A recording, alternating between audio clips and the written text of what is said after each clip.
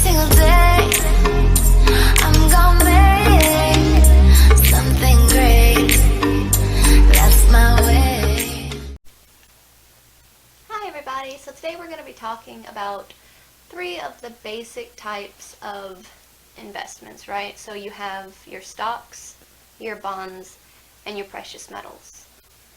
I suppose you also have cryptocurrency, but I don't know a whole lot about that, so we'll mention it in this video, but I'll do a more in-depth video later on. So let's get started with bonds.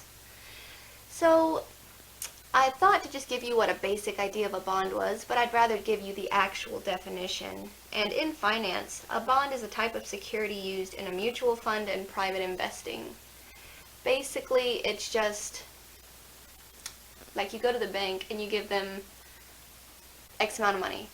And they keep X amount of money for X amount of years. And they give it back to you with whatever interest has accrued over the years, right? And that's basically what a bond is. Now you have stocks. And I think everybody knows what stocks are. It's the stock market. And basically, for those who don't know what a stock or a share is, basically you're giving your money and buying a small piece of a company. Now with stocks, you have stocks that pay out every 3 months, right? And these companies pay out anywhere from like 3% all the way up to 11% of what you put in.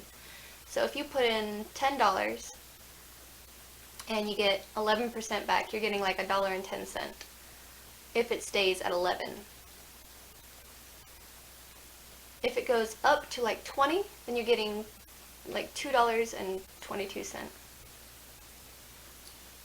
It increases and decreases with the amount of money that you put into it. So I actually have some stocks. I go for high yield stocks. Typically I invest in petroleum and tobacco.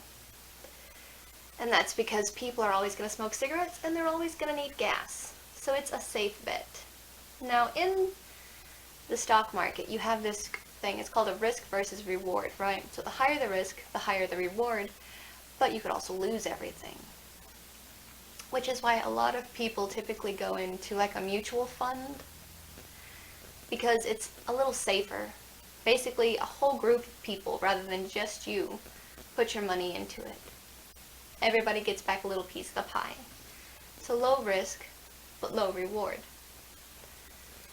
When I was first starting out, I did penny stocks.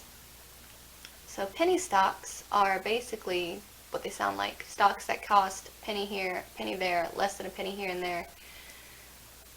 It's cheap, but it's high risk.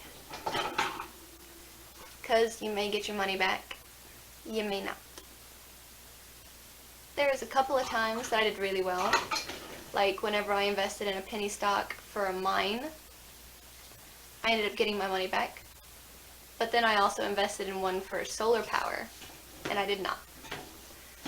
So,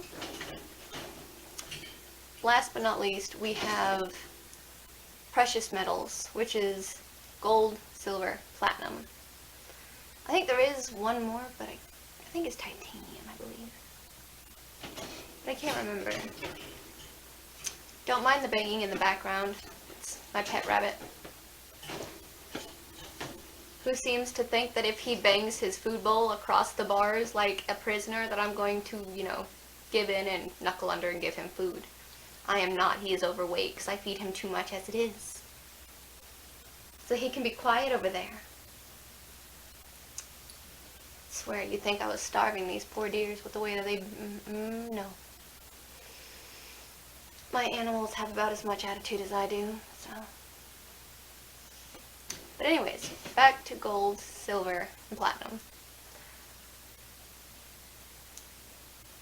All your precious metals have something called a spot price, right? And you can check it just by going on Google and asking Google what the spot price of gold or silver is. So, like, I'll show you right now.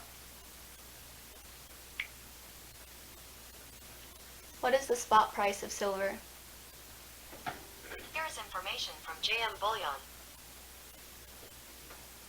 Basically what it is today for an ounce it is $25.37, which is 15 cents more than it was yesterday. For a kilo it's $815. So I would say that it's about mid-range when it comes to the risk versus reward thing. Gold, silver, and platinum are always going to be worth something. And typically it stays, it's been a long time since I saw gold and silver below $20. But typically if the stock market is low, then the price of gold and silver goes up. And when the stock market is doing really, really well, it goes down. It's funny, but it is what it is. So if you don't want to put your money in something that you don't think is stable, or you don't want to put your money in the bank, then what I would recommend is buying gold, silver, old coins too. So I used to run a coin channel, and basically I talked about all the different coins that there were, because there are some coins that are worth millions of dollars for a single coin. In fact, there's one, it's a V-nickel. I can't remember what year, but I know there was only like 3 made, right? 3 or 4. And the man who did it was a genius, because when they shifted from the V-nickel to the Indian head nickel, like the buffalo nickel, this man snuck in, made a handful of V-nickels, right? They were never supposed to exist. So he waited a few years and then sold them for literal millions of dollars. And I'm just sitting here like, that was kind of genius. But anyways, it doesn't matter. I guess that's it for today because I'm running out of time and I gotta get to work soon. So I'll see y'all later. Bye!